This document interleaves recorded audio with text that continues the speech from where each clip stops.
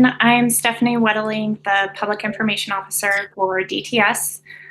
Thanks for joining us today for another Q&A session with Mike Hussey, the CIO. Just a couple of items. Thanks for submitting all of your questions. If you have questions as they come up throughout the session, continue to submit them through the form. I'm just going to turn the time over to Mike to give us an update on a few items. Go ahead, Mike. All right. Well, thank you, Stephanie. Thanks, as usual, for getting us all together and setting this up. This is always great to connect with everyone. And thanks to everyone out there that's taking a little time out of your day to stay connected. I think that's one of the most important things we can do is stay connected during these times. And even though we're distanced, somewhat working, we can still stay connected in the office. And hopefully as we talk today, you'll see that that's the goal of the office, of how to stay connected when we're separated. So it's an interesting challenge, but again, it's something that I think we need to do as an office. First of all, I just wanted to say thank you for the great work that's been going on. We're still accomplishing some major Herculean efforts. We're seeing a lot of projects close. We're seeing some great things happen. And I just wanted to say thank you, because it's still important that we take care of our customers, being the citizens, the agencies, and there's still the work of the state to be done. The governor he's been dealt some interesting challenges with the fires, all of the challenges that have gone on since the pandemic. And I think it's incumbent upon us to show that we're in a great supporting role of the governor and of all of our customers. And I appreciate everybody and what they're doing with those accomplishments. It's still so vitally important that we do this. So again, thank you. I know that many of you have put in a lot of time, and it's been challenging because we've been trying to balance, the new budget constraints that we're under and overtime and all of this that we're asked to do. And so I just wanted to say thanks for balancing all of that as well. So with that, as we're starting to have a few folks trickle back into the office, I wanted to just say, always be aware of your coworkers. I mean, there are our neighbors in the office, and so even if you're a little sick or you're having allergies that may be perceived as sickness, then think of ways that you can be considerate of your neighbor. Maybe not come in, even if it's just allergies. I see that at home, and my wife will sneeze and my daughter will say, "Oh, you have coronavirus." That's the kind of attitude I think everybody has. But it could be a valid concern, and it's just we need to make sure that we're not just taking care of ourselves, but those that are around us, because we're seeing an uptick in coronavirus, and it's so important that we wear our masks. We have our DTS masks that look so great. So hopefully those that are public facing can get one of those. We've got some great masks out there. Wear your mask when you're near others. We'll talk in a minute about what that looks like. But again, I just wanted to overly stress how important it is to be considerate of our coworkers. Hey, Mike, can I jump in for a second? Please do, Scott. You said you were going to talk about masks more here in a minute, but while you're talking about being considerate to your coworkers and that, when you are in the office, say you're in a shared area back by the microwave or something, and folks are supposed to have their mask on. You go in, say somebody doesn't have a mask on. Please remind them in a very civil manner that it's like, hey, you need your mask. I've been out and about. I've seen, these confrontations in grocery stores where people are very harsh about, hey, and they call someone out, and it's like, there's no way this person can put their mask on and save face right now.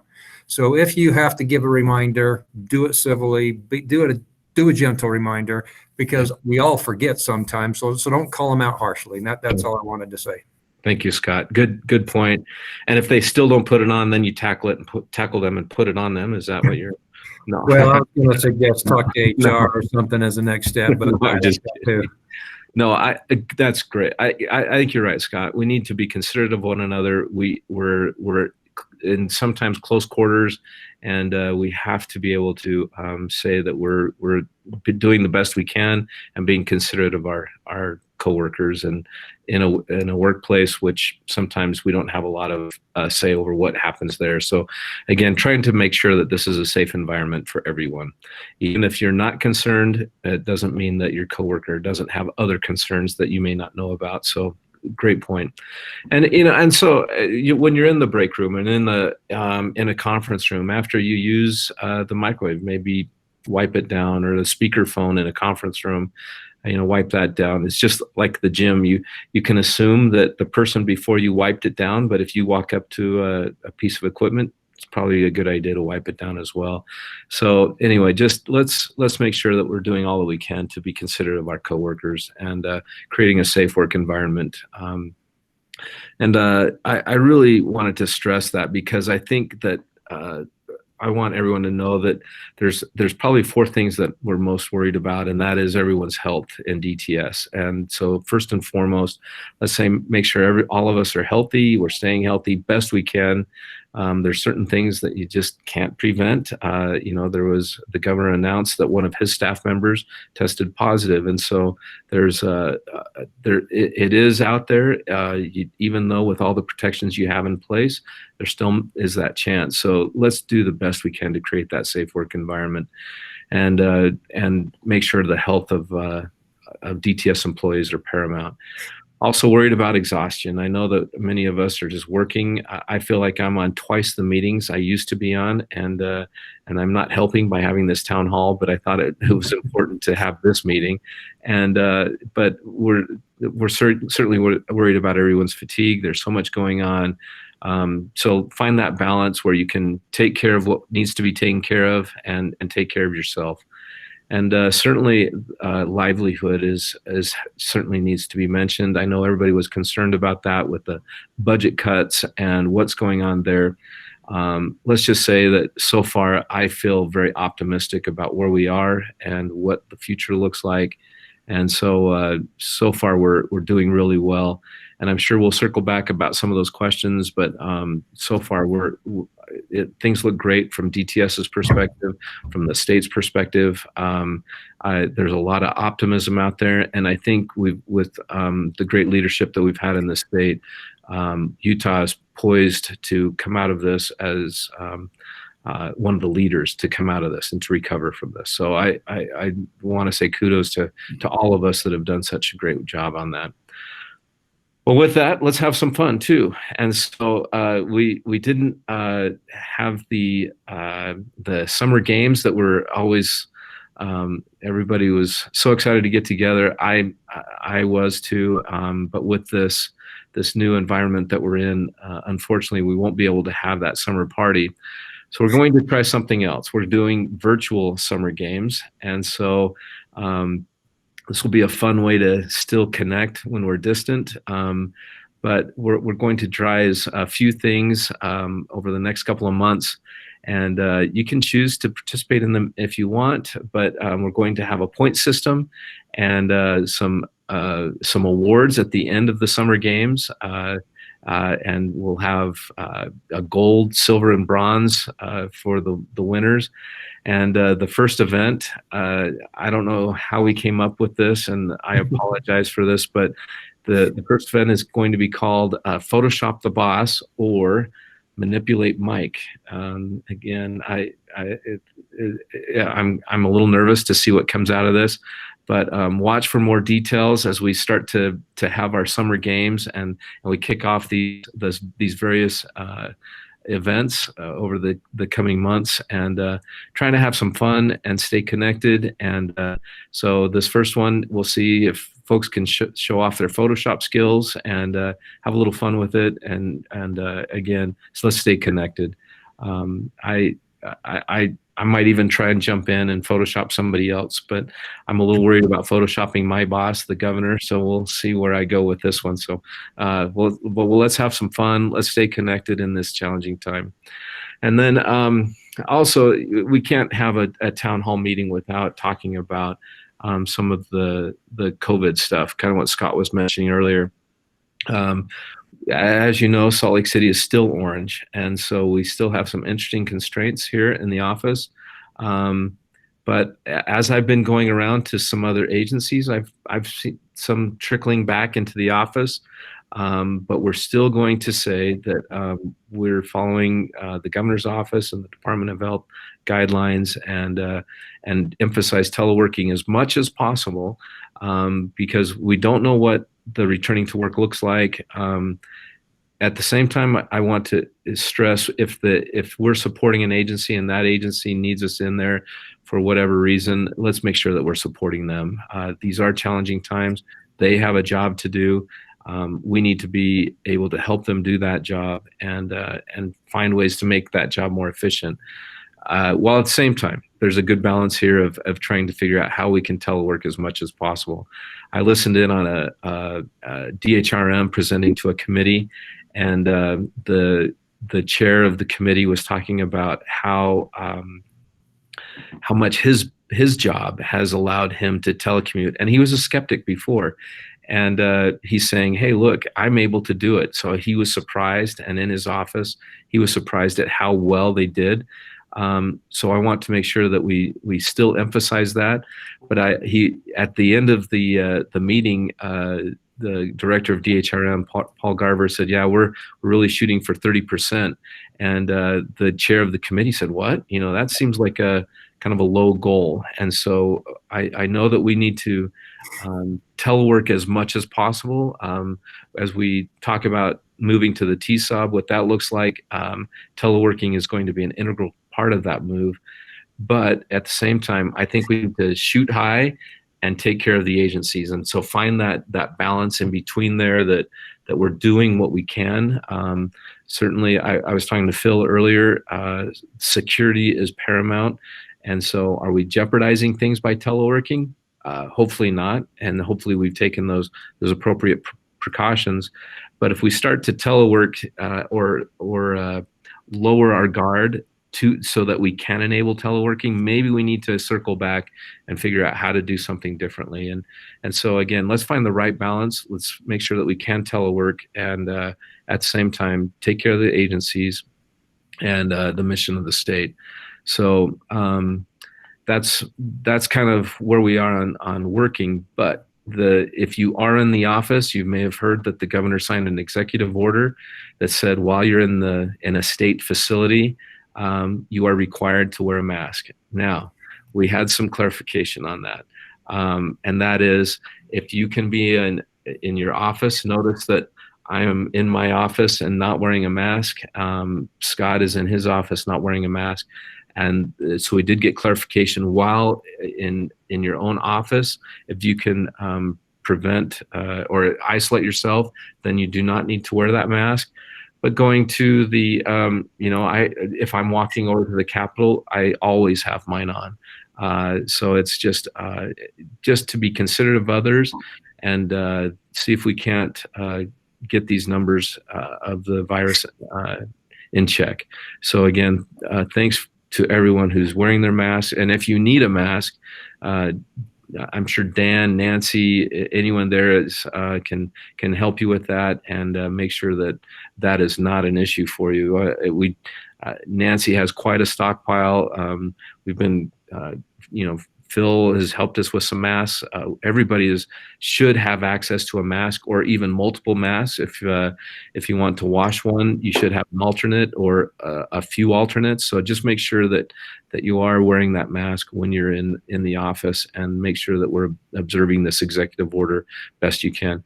And I think it's especially paramount if you're in a situation where you might be interfacing with the public, to wear a mask, even more so. So thanks for your observance of this, and make sure that we're following this executive order while we're still challenged with this virus. Hey, Mike? Yeah, please. Before you move on, can I jump in really quick? Yeah.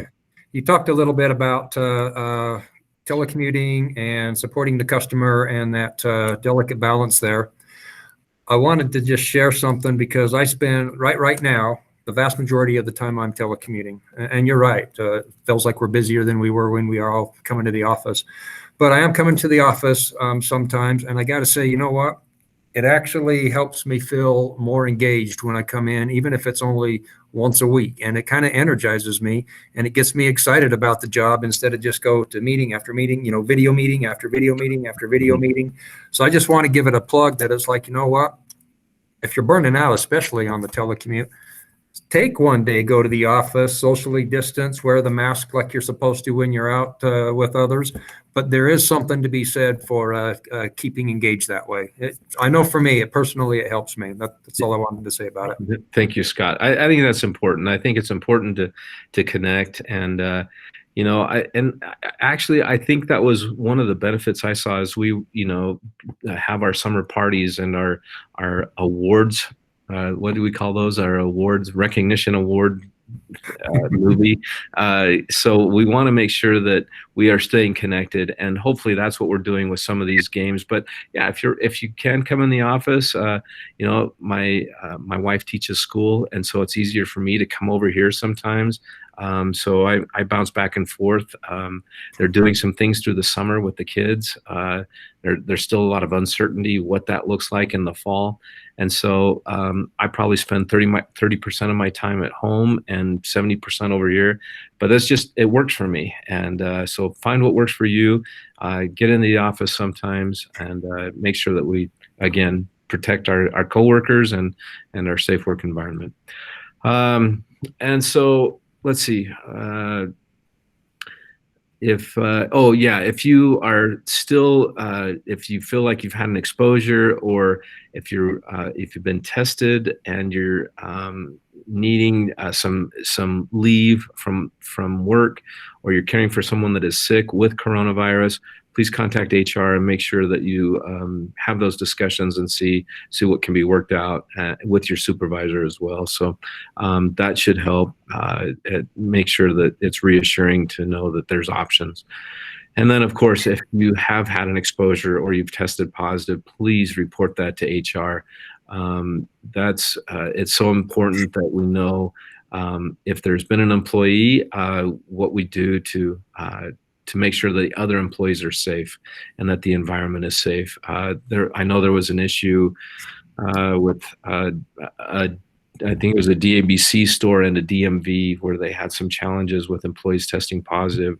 And it's just been great to see how everybody will quarantine, respond appropriately, and take care of one another. And certainly, as I heard that one that tested positive in the governor's office, everybody went home, and many that had contact with that individual are now working best they can remotely while they get through the quarantine period. So again, it's just a safe way to take care of one another. Let's see. There has been a hiring freeze. Many of you know that we're under some challenging budget times, but that has been lifted. And so we've had some guidance from GOMB for a while that they said, hey, there's a hiring freeze, but if you need something, send it to us, and they would approve it. And now they said, look, that's lifted, just manage to your budgets. And so we are doing that. If there was a position that you did not submit because of the hiring freeze, and you have budget for that position, then please run it through the process, and we'll do everything we can to make sure it gets filled.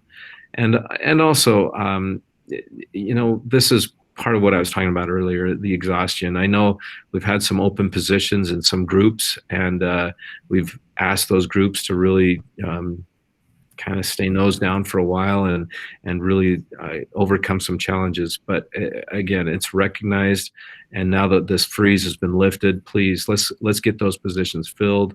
I know sometimes the market's challenging, but maybe this is a time that we look off the Wasatch Front, work remotely, just push ourselves and think outside of the box. And I know we've hired some folks that on our help desk that are off the Wasatch Front, and I'm really excited to do more of that. So if that's an option that you can consider, let's see what we can do that would open up some options for us. Unfortunately, sorry. No, go ahead, Scott. I was just going to jump in. I don't know if you're done with the hiring part yet, but as you talked about hiring, I flashed over to overtime because the hiring freeze and overtime coming under scrutiny was kind of connected at the same time. So we're coming out of this hiring freeze, but I wanted to talk about the overtime. We did it obviously because we're trying to watch the budget, and it's been successful. But I wanted to say that the discipline that I've seen with this overtime, I mean, we're IT guys. We can't do some things during the middle of the day because it interrupts service. So we have to do something at 10 o'clock tomorrow night or 8 o'clock tonight. And the emails that I've seen explaining, by the way, Scott, so-and-so has to do thus and such at 10 o'clock tomorrow night, and then they articulate what it is.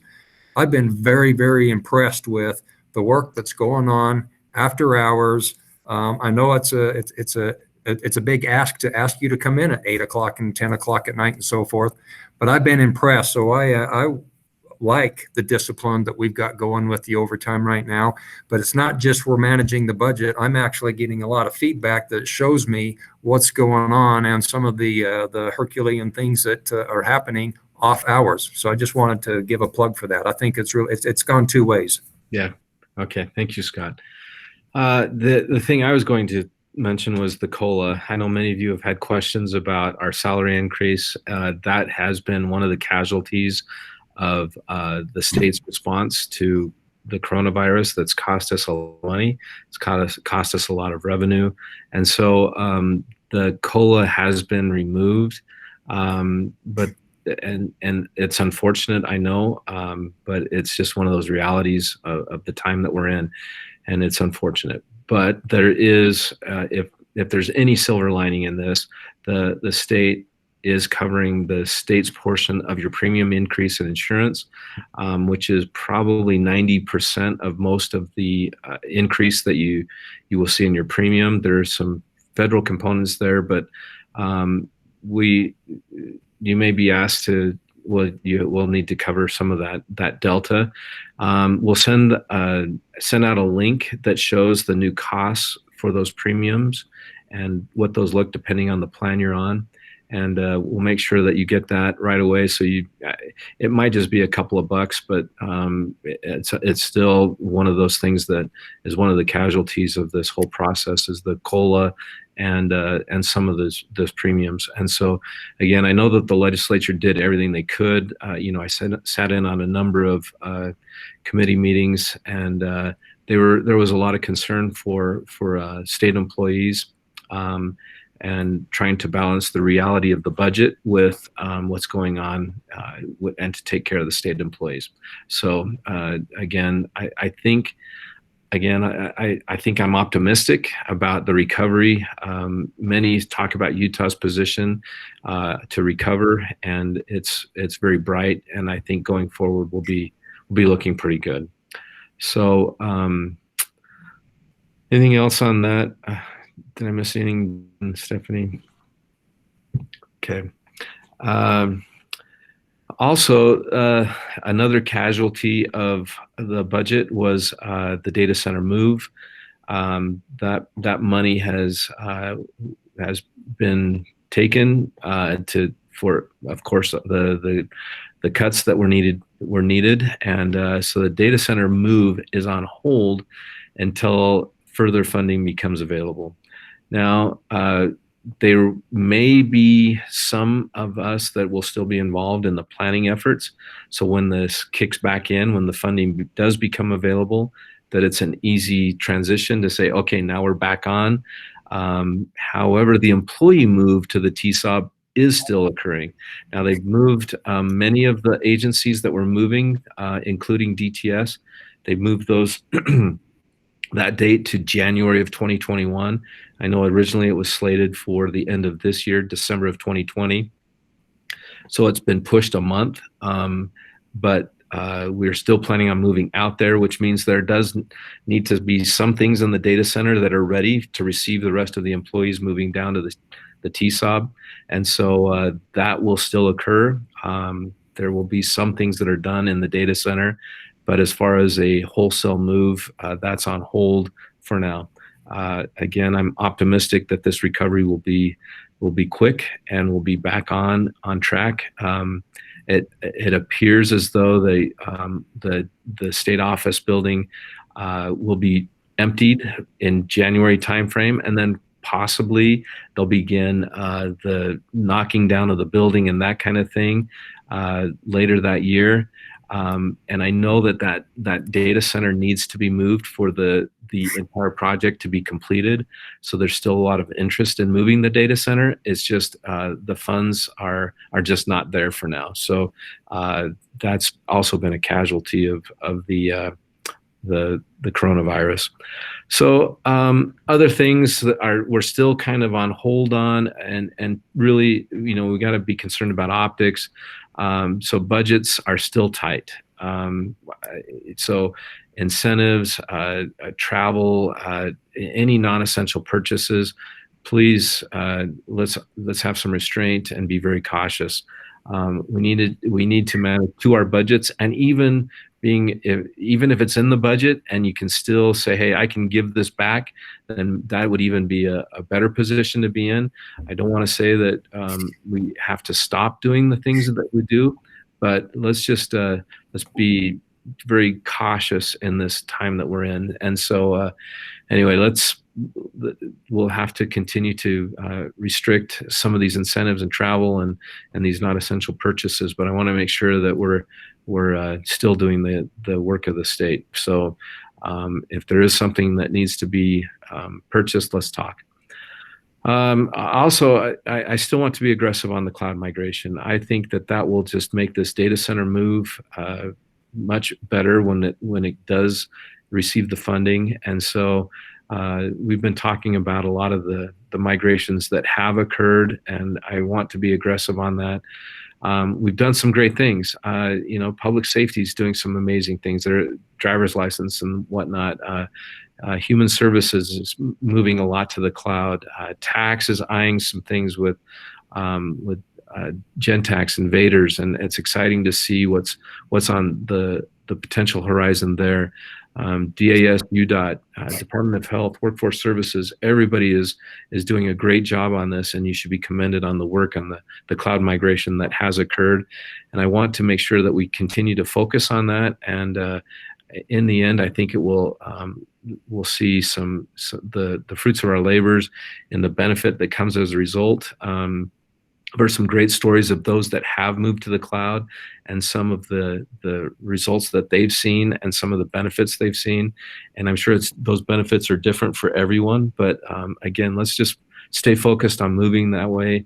And if there's something that's difficult, circle back. I mean, there's probably a lot of things that can be moved.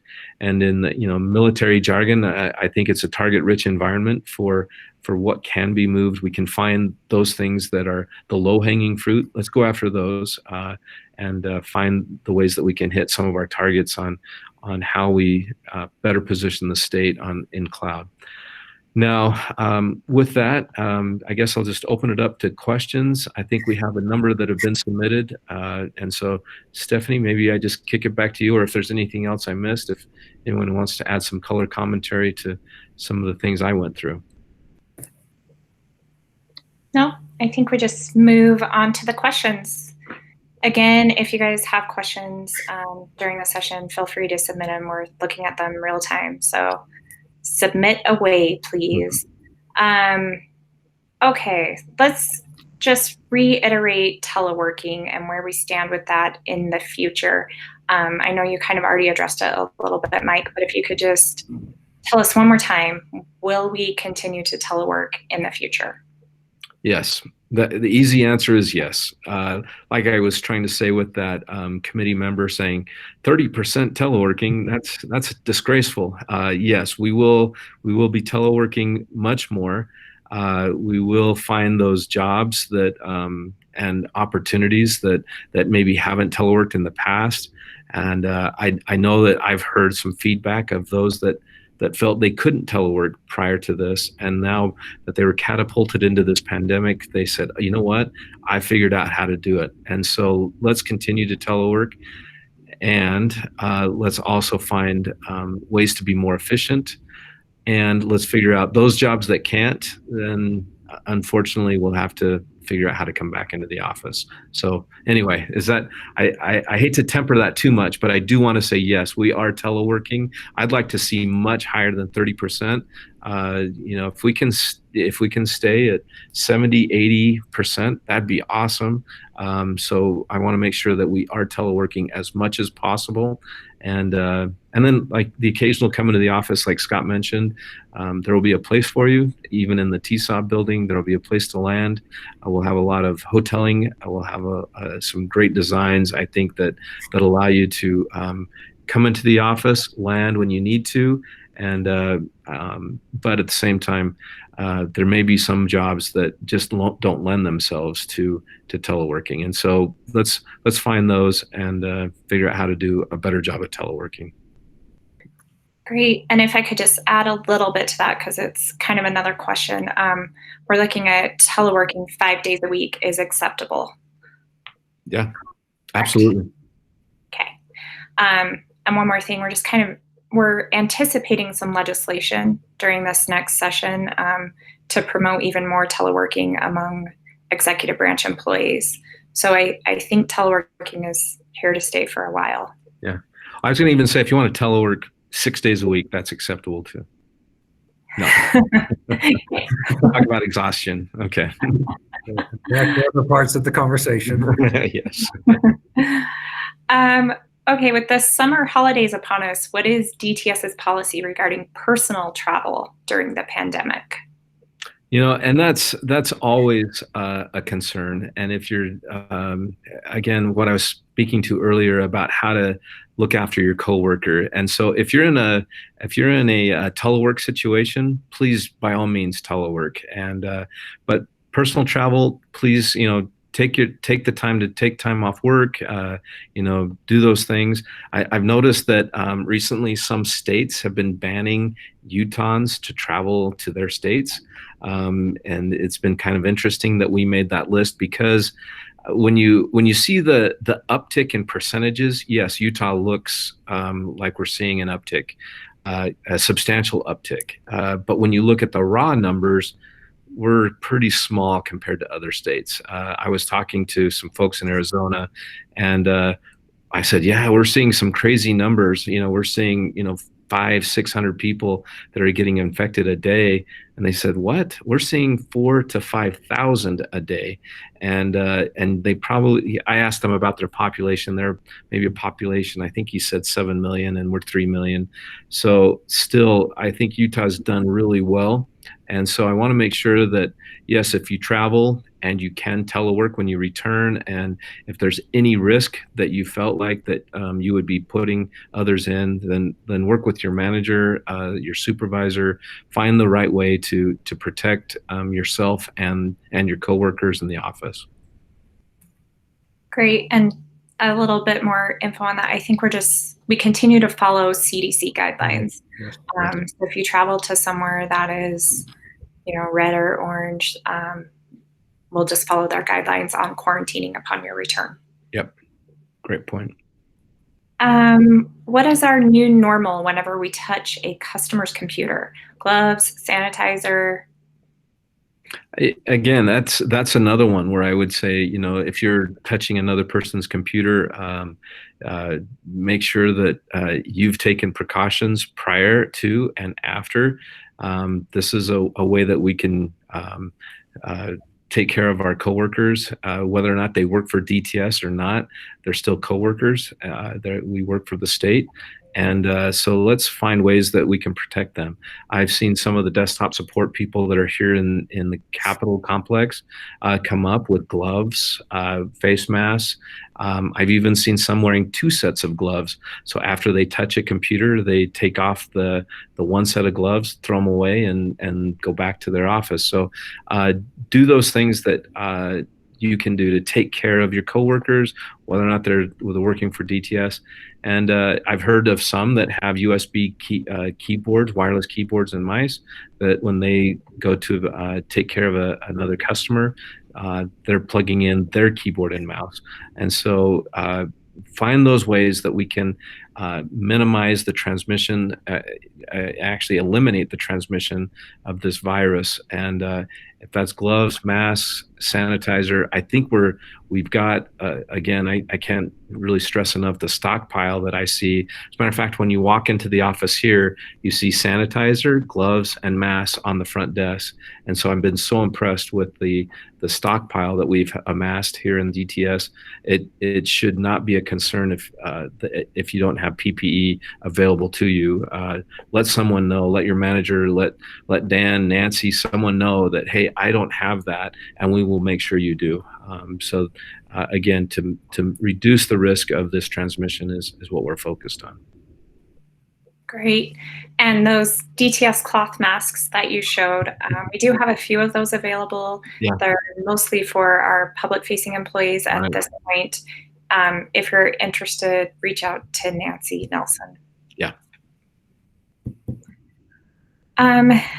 If you are in a high-risk category, what and when does returning to the office look like?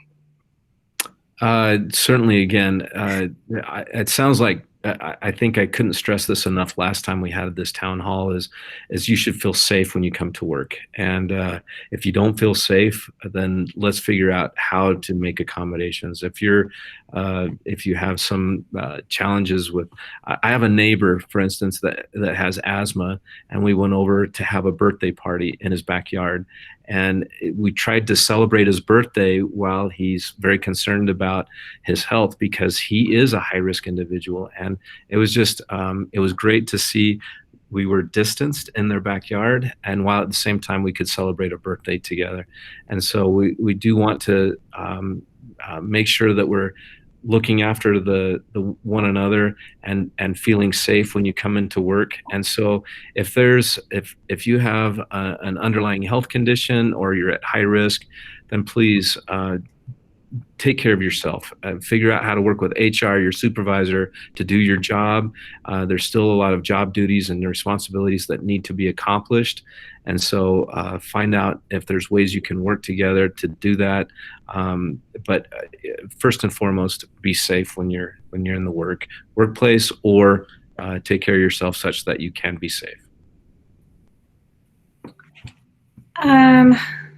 Just one more clarifying question on the teleworking. Okay. I asked if that's 100% time work from home, and the answer to that is yes. If you're able to telework 100% of the time, I think we would encourage that. Yeah. Okay, what about, I want to move to rural Utah and continue to telework. Can we do that? If the job lends itself to it, absolutely. I would love to see jobs off the Wasatch Front.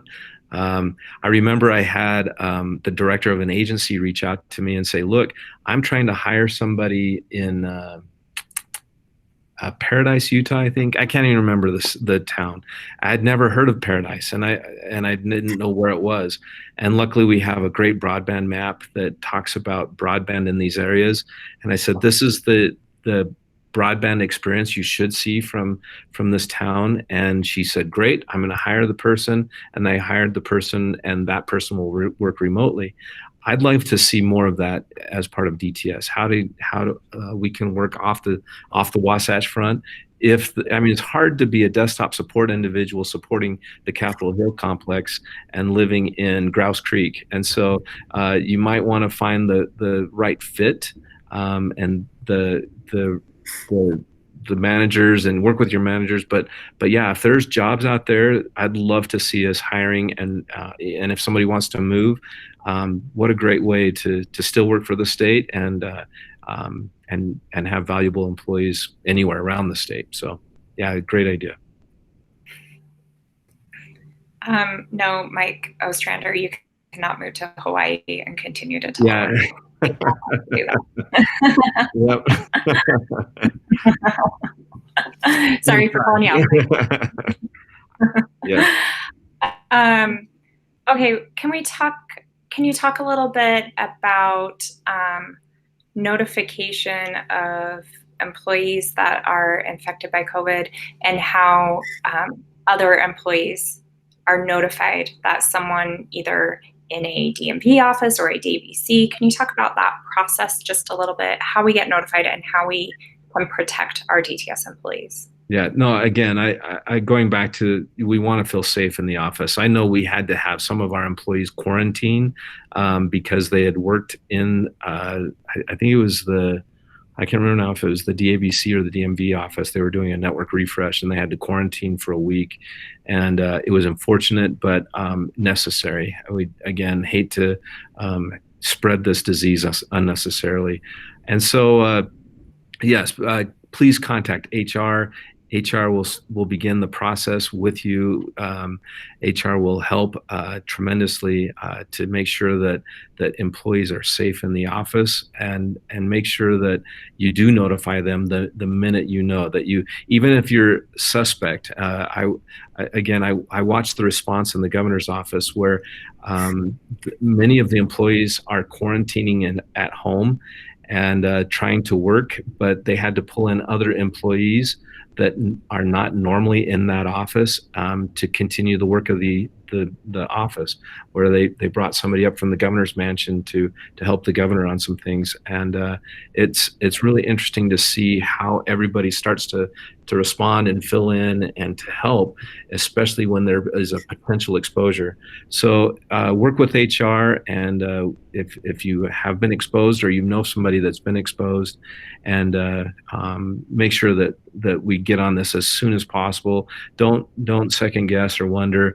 My daughter, she went into a press conference and they scanned her and she was a little warm, and so they kicked her out of the office. They said, go get tested. She tested negative, but still, that was the immediate response. Just, don't risk exposing others if you have any symptoms or any if you have known you've come in contact with somebody. Let's take care of our coworkers. I don't know if Cass is on, if she wants to add any further comment to that.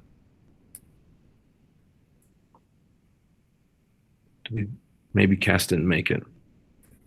I don't think she made it. Okay. But yeah, I think that's the proper procedure. If you are infected or have been exposed, potentially just contact HR. They can walk you through the process to get you the appropriate leave and to get you the help that you need.